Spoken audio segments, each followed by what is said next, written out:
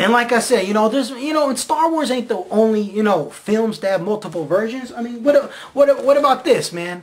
What about Blade Runner? The final cut. I mean, there's like 5 different versions of Blade Runner. And I even remember right here, watching this version, there's an interview with Guillermo del Toro that says, he really misses the version that had the voiceover because, it had that film noir, feeling, and he really misses that version. But hey, guess what? That voiceover ain't on the final cut, which is the remastered, version. It ain't on there, and I'm pretty sure Del Toro ain't the only one that feels that way. You don't hear hundreds of people bitching and complaining about that. You know what I mean? I mean, as a matter of fact, I think I got that clip right here. I love that voiceover. I want it. I keep replaying my Criterion Laserdisc to hear that voice. And here's another film like that. Superman 2, the Richard Donner cut.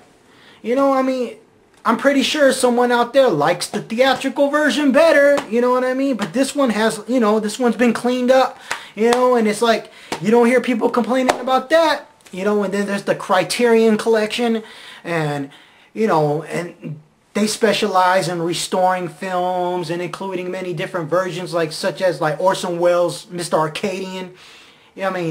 There's like 3 different versions of that movie. And you don't hear Orson Welles fan complaining, about one version maybe having a little bit more scratches and a little bit more grain than the other one. It's like, they appreciate it. I'm a big Orson Welles fan, and I appreciate anything from that, because it's like, I don't care about the quality. I'm just glad it exists. And I'm happy to have these limited edition Star Wars versions of with the theatrical cuts, man. Lucas gave it to us already, man. He gave it to us already. Man, I'm so happy to have these. When I found out that these were coming out, it was like, I was happy. And like I said, to expect to have that on Blu-ray, you guys, man, are being selfish, man. You guys are being selfish.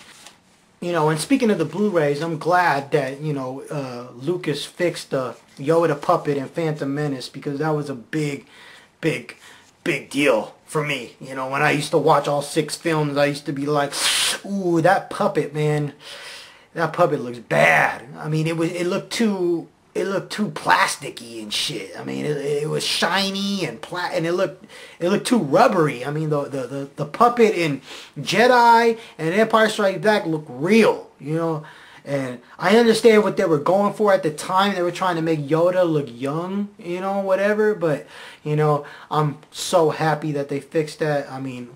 That to me is worth the price alone. If you're not going to buy the original trilogy, or if you're upset about the Vader new dialogue, but you like the prequels, at least pick up the prequels on Blu-ray, man, because that is worth it, man. While I'm at it, I might as well defend the prequels, And I think that people failed to see what the whole point of the Phantom Menace was. And for me, the whole point of the Phantom Menace was to show that no one is born evil. Even Hitler was a baby. Even Pol Pot was a baby. Stalin, They were children. Even they were innocent at some point. You know what I mean? And I also think the point of the film was to show that Anakin was a child prodigy. And a lot of adults, they can't suspend their disbelief, of seeing a 10-year-old boy navigating a pod race or navigating a ship in space. Like, I don't believe this. But the whole point is to show how powerful he was, And, there's a lot of hatred at the fact that, he's a kid. Like, I don't want to see Vader in diapers. It's like, man, you guys sound like bitter, judgmental adults, man. It's like, I appreciated that because, like I said, it shows that no one is born evil. You know what I mean? Star Wars is deep, but a lot of people, they got some blinders of hatred on, man, and they can't see it. And it's like, then there's the other thing. Then there's the midi-chlorians. That's one thing that, gets so much hate. Right there. But I think people failed to see that the midi-chlorians were just a plot device to convey to the audience how powerful Anakin was. I mean, the midichlorians, it's based on, you know, like a symbiotic theory, you know, that we share this relationship with nature. You know what I mean? It's like we give to nature and nature gives back. You know, and how is Lucas supposed to convey to the audience that Anakin is powerful? You know, especially in a world where you got like dozens of people moving stuff with their minds. You know, like it's nothing. You know, the only way you could really do that in a Star Wars world, you know, where everybody's moving things with their minds and these Jedi are doing all these amazing things is with, you know, science. You know, and you know, to be honest, I think a lot of people hate the idea of the midichlorians, especially the fans, the fanatics, not the fans, but the fanatics, the neurotic, you know, the guys with mental issues. I think they somehow felt excluded from the Force, like, oh, you midichlorians, you know, I'm not part of the Force because I don't have enough midichlorians or something. It's like, dude, calm down, man. It's like, calm down, man. The Force is everywhere, you know. All they're trying to say is that Anakin is a powerful dude, you know. And the only way that they could convey that, like I said, was through science. Jar Jar Binks. Oh, man.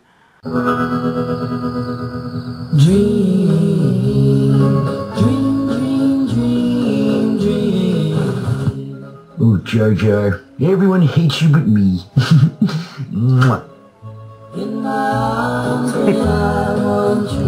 Jar Jar Binks gets so much hatred, you know, and it's like, I don't understand why. I mean, it's not even that bad. I mean, it's like, I really sit down and I listen, you know, to the hatred about Jar Jar Binks.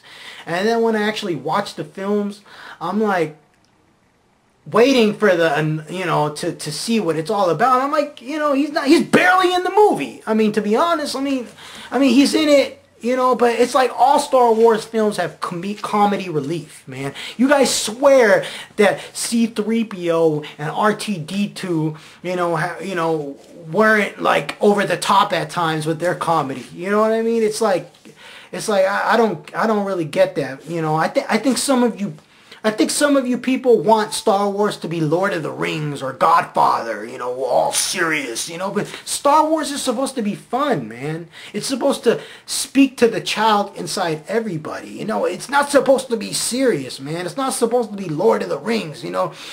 And I love Lord of the Rings, man, you know, but I can't watch Lord of the Rings as much as I can watch Star Wars, because Star Wars is fun. Star Wars makes me happy, you know, but Lord of the Rings is like, oh my God, it's like, it's like, you know, it's like I really got to be in the mood for Lord of the Rings, you know, but it's like, I think some of you people want it to be serious, you know, it's like, but that's not what Star Wars is about, man.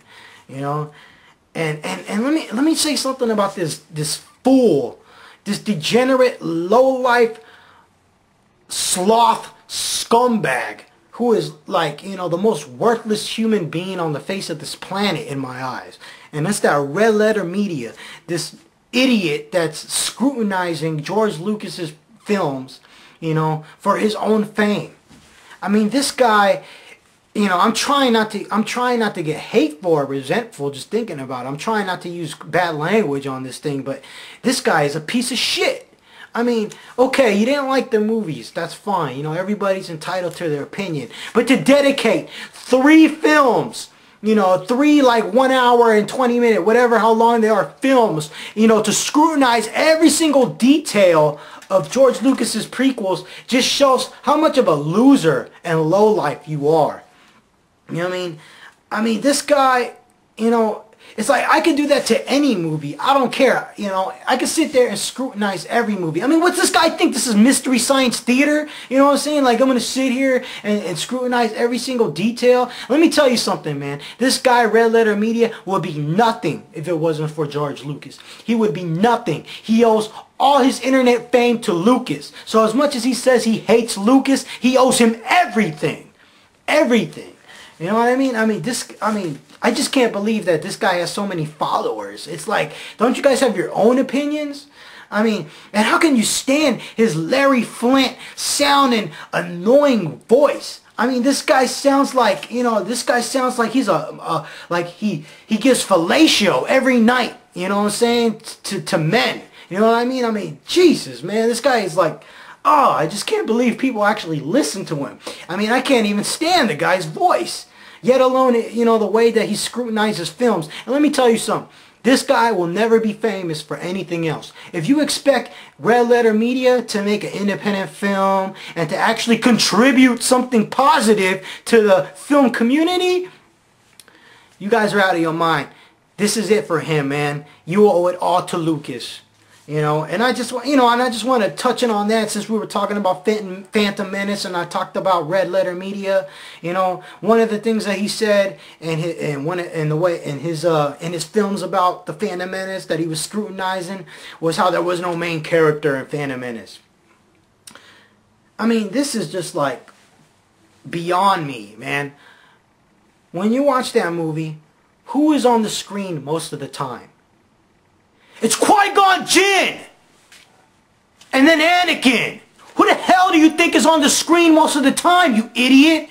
I mean, it's like, there's no main character. See, the thing that he wants is he wants an emotional anchor, like Luke Skywalker. That's what he says. He says, in his annoying voice, he's like, oh, there should be someone like Luke Skywalker that the audience could connect with, But it's like, basically, what this guy is saying is that he wants the same films over again. You know what I mean? It's like, if you want to see the same thing that was in the original trilogies, watch the original trilogies. Don't expect it to be in the new stuff. And then another thing that Red Letter Media said that just really pissed me off was just, he's just like, oh, you could tell from the opening scene that this was going to be a horrible movie. I should have known as soon as I saw a spaceship that looked like a donut that this was going to be a horrible movie. I mean, what kind of assessment is that? I mean, like I said, you could do that with any movie. And it just shows what kind, the merit of his character, man. This guy is a lowlife, dude. I mean, you can say the same thing about A New Hope when the Rebel Alliance ship comes over, with the screen. You could say, oh, you could tell this was going to be a bad movie as soon as you saw a flying tampon fly across the screen. It's like, man, let me see you sit down and create and design your own spacecraft and your own designs in the film. Man, I bet you'll never do that. You know what I'm saying? A lot of people like to criticize, but they'll never create nothing. They'll never contribute anything positive to this world. They just sit around, get fat, and just criticize on their couch. You know what I'm saying? And I see it. I go to film school, and it's like everybody there, they talk about the prequels negatively. They talk about the Matrix sequels negatively. They talk about Godfather 3 negatively. They talk about Pirates of the Caribbean 2 and 3 negative. It's like you can tell what their opinion is. You can say, oh, I want to see what these people's opinion is. Let me go to Rotten Tomatoes, because today no one has their own opinion. They're all just followers. And then go there, oh, they're all going to say this. That's the way it is. But you see their films, and it's a bunch of coffee table BS. So boring, they couldn't even make a 3-minute scene. It's like, it's just horrible, man. The way that people criticize. They need to invest their energies in something more positive, man. Then, Red Letter Media, he talks about, in his next film about Attack of the Clones, then this guy goes on talking about how Attack of the Clones was too much like Empire, how it was unoriginal, and it's just like, but wait a minute, didn't you just say in Phantom Menace that that's what the problem was with Phantom Menace, that it wasn't like the original trilogy and everything? But now you're just contradicting yourself. You know what I'm saying? It's like this guy, he's just looking for any opportunity to express hatred for George Lucas and the prequels to make himself feel better. It's simple. It's like a little kid who's a bully. This guy is a bully just because he wants to make himself feel better. Because he knows he will never contribute a damn thing to film. So who's not original now, Red Letter Media? You know what I mean?